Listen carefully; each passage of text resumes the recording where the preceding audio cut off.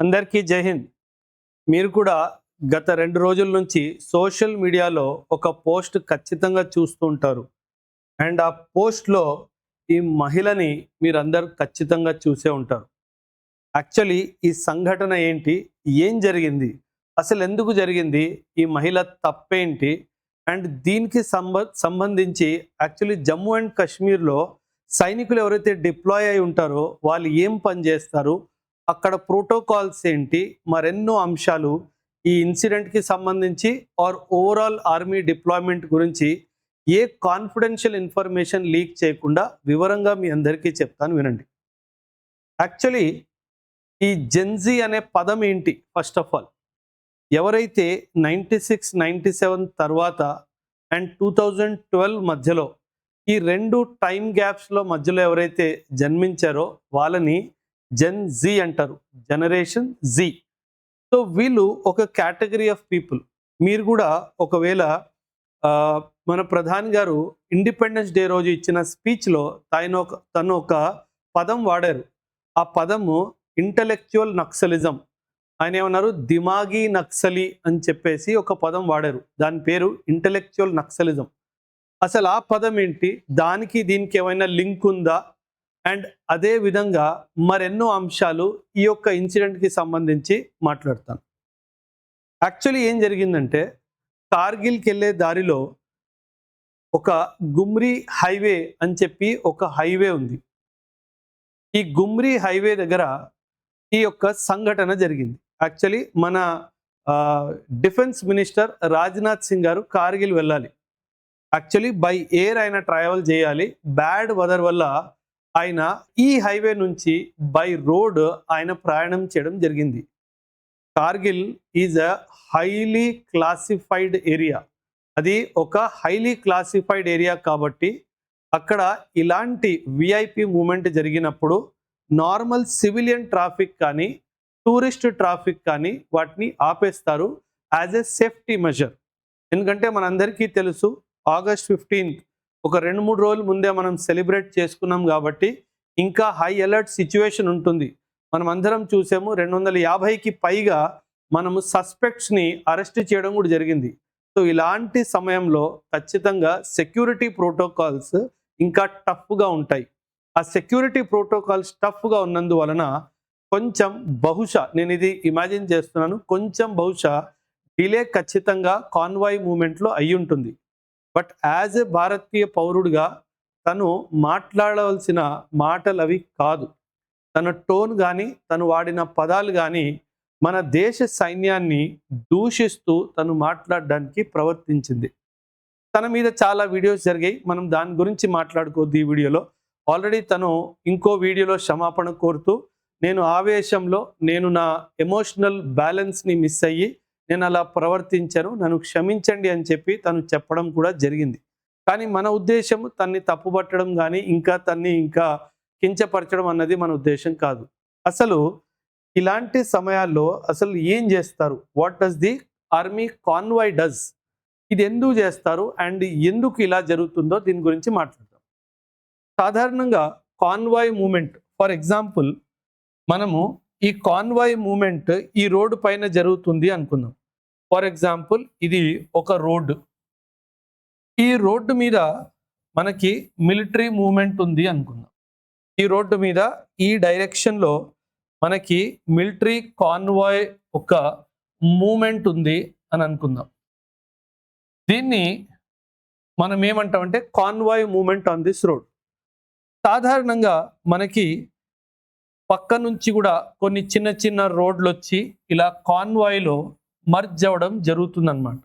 ఈ పక్క నుంచి కూడా మనకి రోడ్లు వస్తాయి అండ్ ఈ మెయిన్ రోడ్లో ఈ కాన్వాయ్స్లో కూడా ఇక్కడ మెయిన్ రోడ్కి మర్జ్ అయ్యే అవకాశం ఉంది.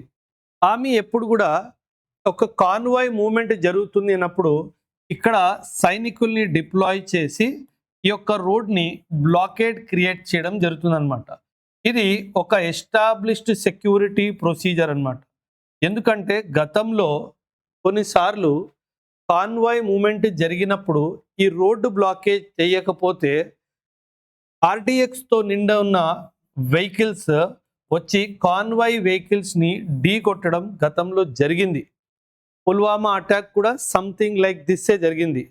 అందుకే ఇలా విఐపి మూమెంట్ ఉన్నప్పుడు ఏవైతే యాక్సెస్ నుంచి రోడ్స్ వస్తాయో వాటిని బ్లాక్ చేయడం జరుగుతుంది. అండ్ దీనివల్ల కొంచెం delay in the traffic movement అవుతుంది. కానీ ఈ నిన్న జరిగిన సంఘటన వల్ల యాక్చువల్లీ బికాస్ ఒక విఐపి కాన్వాయ్ మూమెంట్ జరుగుతుంది కాబట్టి వీళ్ళందరినీ ఆపడం జరిగింది. తను కోపంలో కొన్ని మాటలు మాట్లాడింది. ఆ మాటల మీద మనము కొంచెం ఇంకా డీటెయిల్డ్గా మనం ఆలోచిద్దాం. తను ఒక స్టేట్మెంట్ ఇచ్చింది. ఏమని? We are not locals, we are tourist. ఏమని చెప్పింది? We are not locals, we are tourist అని చెప్పింది. అంటే తను ఏం చెప్పాలనుకుందంటే, మీరు టూరిస్టులతో ఎలా మీరు లోకల్స్తో ఎలా బిహేవ్ చేస్తారో అలా టూరిస్ట్తో బిహేవ్ చేయడానికి మీకు అనుమతి లేదు అన్నట్టుగా చెప్పింది. అంటే లోకల్స్ని ఆర్మీ వాళ్ళు మిస్బిహేవ్ చేస్తారు అని చెప్పి ఒక ఓపెన్ స్టేట్మెంట్ తను జారీ చేసింది. తను ఒక ఓపెన్ స్టేట్మెంట్ ఇచ్చింది. అండ్ ఈ స్టేట్మెంట్ 100% ముమ్మాటికి రాంగ్ స్టేట్మెంట్. ఆమె ఎప్పుడైనా సరే, ఎందుకంటే నేను కూడా అక్కడ సర్వీస్ చేశాను, నార్త్లో చేశాను, నార్త్ ఈస్ట్లో కూడా చేశాను. ఆర్మీ కాన్వాయ్ మూమెంట్ అయినప్పుడు చాలా స్ట్రిక్ట్గా రూల్స్ పాటిస్తారు. అదే కాకుండా నార్మల్ టైమ్స్లో ఎప్పుడైతే ఆపరేషన్స్ లేని టైంలో ఆర్మీ ప్రవర్తన సివిలియన్స్తో చాలా సాఫ్ట్గా ఉంటుంది. ఒక ఆపరేషన్ కూడా మన ప్రభుత్వం నడిపిస్తుంది. దాని పేరు ఆపరేషన్ సద్భావన అన్నమాట. అంటే మన ఆర్మీ వాళ్ళకి ఎప్పుడు కూడా ప్రభుత్వం లేదా ఆర్మీ హైయర్ ఆఫీసర్స్ ఇచ్చే వెరీ ఇంపార్టెంట్ ఇన్స్ట్రక్షన్ ఏంటంటే, ఏ లోకల్ సివిలియన్ని కూడా రఫ్గా హ్యాండిల్ చేయొద్దు అని. ఎప్పుడైనా సరే ఇలాంటి వీడియోస్ కూడా మీరు ఎక్కడ చూసి ఉండరు. Army is handling A local civilian stuff. In fact మీరు ఈ వీడియోలు ఖచ్చితంగా చూసి ఉంటారు. అక్కడ సివిలియన్స్ మన ఆర్మీ సోల్జర్స్ మీద రాళ్ళేసి కొట్టడం ఇది చూసి ఉంటారు. అక్కడ గోడల మీద Indian army go back, this is not India అని కూడా రాసిన రోజులు కూడా నేను నా కళ్ళతో చూశాను. అలా మన దేశ గోడ మీద ఇది ఇండియా కాదు, ఇండియా గో బ్యాక్ అని రాసుంటే ఎంత బాధ వేస్తుందో ఆ బాధ నాకు తెలుసు. అలాంటి సమయంలో కూడా ఎవరి మీద కూడా మన బల ప్రయోగం చూపించకుండా సర్వీస్ చేస్తుంది ఆమె. సో తిను కావాలని చెప్పి ఆమెని ఒక బ్యాడ్ లైట్లో చూపించాలి అనే ఉద్దేశంతోనే ఈ స్టేట్మెంట్ ఇచ్చింది. తను ఇంకొక స్టేట్మెంట్ ఇచ్చింది.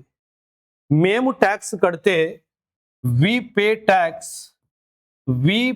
Tax and your salary is paid from that tax అని చెప్పింది. And your salary is paid from that tax అంది. Paid from that tax. Let me tell you one thing. బహుశా ఈ అమ్మాయికి కొంచెం ఆలోచన తక్కువ, అందులో బుద్ధి చాలా తక్కువ అని అది ఎలాగో ప్రూవ్ అయిపోయింది. తను ఇచ్చిన స్టేట్మెంట్ ఏంటి? నేను ట్యాక్స్ కడుతుంటే నీకు జీతం వస్తుంది అని అంటుంది. కానీ ఈ అమ్మాయికి ఇంకో విషయం ఏం తెలియదంటే, తను పేరెంట్స్ని, పిల్లల్ని, ఫ్యామిలీని అందరినీ వదిలి బార్డర్ ఏరియాలో పోస్టింగ్ చేసిన తనకొచ్చే జీతంలో కూడా ఒక సైనికుడు కూడా ట్యాక్స్ పే చేస్తాడు. ఫార్వర్డ్ ఏరియాలో తన ప్రాణాల్ని లెక్క చేయకుండా దేశాన్ని కాపాడాలి అనే ఉద్దేశంతో, కేవలం ఒకే ఒక్క ఉద్దేశంతో, దేశాన్ని కాపాడాలి అనే ఉద్దేశంతో సర్వీస్ చేస్తున్న సైనికుడి శాలరీలో కూడా ట్యాక్స్ కట్ అవుతుంది. బహుశా ఈ విషయము ఆ అమ్మాయికి తెలియదేమో. నేను గతంలో కూడా మాట్లాడాను. కనీసము ఆపరేషనల్ డ్యూటీస్ ఎక్కడైతే హై ఇంటెన్సిటీ ఆపరేషన్స్ ఉంటాయో అక్కడ పనిచేస్తున్న సైనికులకి ట్యాక్స్ మినహాయించాలి, దాన్ని మాఫ్ చేయాలి అని చెప్పి నేను ఎన్నోసార్లు మాట్లాడాను. అయినా ప్రభుత్వం వినలేదు. ఆ విషయం పక్కన పెట్టండి. కానీ తనకు చెప్పాల్సింది నేను ఏమనుకుంటున్నానంటే, ఈ జెన్జీ మొత్తానికి నేను చెప్పాల్సింది ఏమనుకుంటున్నానంటే, ఏ సైనికుడు కూడా డబ్బు కోసం కానీ జీతం కోసం కానీ సైన్యంలో జాయిన్ అవ్వడు. దేశం మీద అపారమైన ప్రేమ ఉంటుంది కాబట్టే వాళ్ళు సైన్యంలోకి వెళ్తారు, డ్యూటీ చేయడము. కార్గిల్, ఇప్పుడు తను వెళ్తున్నది కార్గిల్లో టెంపరేచర్ -20కి పైగా వెళ్తుంది. -20, -25లో ఉద్యోగం చేయడం అంటే ఏంటో నాకు తెలుసు. లోపల బోన్స్ నుంచి సౌండ్ వస్తుంది, అంత ఘోరంగా ఉంటుంది డ్యూటీ అక్కడ. వాళ్ళు అక్కడ డ్యూటీ చేస్తూ ఉంటే వాళ్ళని కరెక్ట్గా బిహేవ్ చేయకుండా తను నోటుకు వచ్చినట్టు తను మాట్లాడింది. ఎప్పుడైనా సరే ఈ జంజీలందరికి కానీ ఎవరికైనా సరే ఇది అందరికీ వర్తిస్తుంది. కోపం మనందరికీ వస్తుంది. ఇండివిజువల్ మనం ఒకరినొకరు తిట్టుకున్నాము, ఏదో సందర్భంలో తిట్టుకున్నామంటే అది వేరు. కానీ ఒక సోల్జర్ వైపు వేలెత్తి చూపిస్తూ మాట్లాడుతున్నప్పుడు మీరు ఒక సోల్జర్ని కాదు, ఒక సంస్థ గురించి మాట్లాడుతున్నారన్న విషయము మర్చిపోకూడదు. అది ఎవరైనా సరే. Because you are talking about a person who has sacrificed his youth for the cause of the nation. ఈ అమ్మాయికే నేను నెలకి నేను ఇస్తాను 2 లక్షలు నా పాకెట్ నుంచి ఇస్తాను, కార్గిల్లో ఒక నెల రోజులు డ్యూటీ చేస్తే చూపించమని చెప్పండి. అప్పుడు తెలుస్తుంది ఒక సైనికుడు చేసే సాహసం ఎంతో, త్యాగం ఎంతో, అదంతా అమ్మాయికి అప్పుడు అర్థమవుతుంది. సో మీ అందరికీ నేనేమంటానంటే ఒకటే ఒక మాట, think before you speak. Think before you speak. మీరు మాట్లాడే ముందు ఒక్కసారి ఆలోచించండి. ఎందుకంటే because we are living in a world of social media. నేను మళ్ళీ చెప్తున్నాను, 1 to 1 మనకి ఎంతో మందితో గొడవలు ఉంటాయి. ఇంట్లో గొడవ పెట్టుకుంటాం, ఫ్యామిలీలో గొడవ పెట్టుకుంటాం, ఫ్రెండ్షిప్లో గొడవ పెట్టుకుంటాం. Fine, but at least think before you speak. Because if you are addressing any institutional person, అది ఆర్మీ కానివ్వండి, పోలీస్ యూనిఫామ్లో ఉన్న పోలీస్ వాళ్ళు కానివ్వండి, ఏ ప్రభుత్వ ఎంప్లాయీ కానివ్వండి, వాళ్ళతో మాట్లాడే ముందు ఖచ్చితంగా మీరు ఒకసారి ఆలోచించాలి, ఆ తర్వాతే మాట్లాడాలి. మేమెవరో తెలుసా మీకు, జెన్జీ అన్నట్టుగా తను మాట్లాడింది. దీన్ని కూడా మన జేఎన్కే చీఫ్ మినిస్టర్ కూడా దీని మీద ఏమంటారు, తన వ్యక్తిగత అభిప్రాయం కూడా చెప్పారు.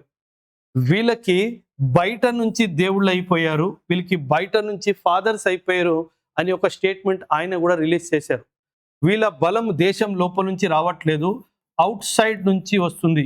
ఎందుకంటే వీళ్ళు ప్రొటెస్ట్ చేస్తాం అనగానే డబ్బులు పంపిస్తున్నారు కాబట్టి అందుకే వీళ్ళకి ఇలా అహంకారం వచ్చింది అని చెప్తున్నారు. కానీ నాకు కూడా తెలిసిన చాలా మంది పిల్లలు, నా స్టూడెంట్స్ జెన్జీలు ఉన్నారు. వాళ్ళతో కూడా నేను నిన్న మాట్లాడినప్పుడు వాళ్ళు అన్నారు, sir we are not this Gen Z what this girl is trying to portray us. మేము ఇలా కాదు, మాకు కోపం వస్తే ఖచ్చితంగా మేము ప్రొటెస్ట్ చేస్తాము, కానీ ఇలా మేము ప్రవర్తించము, ఈ అమ్మాయి బిహేవియర్కి మేము సపోర్ట్ చేయమని చెప్పి చాలా మంది జెన్జీస్ నాకు చెప్పారు. అంటే ఈ అమ్మాయి తన పొజిషన్ని, జెన్జీ అనే ఒక యువత గ్రూప్ని వాళ్ళను కూడా దూషించింది అని చెప్పేసి అందరు చెప్తున్నారు.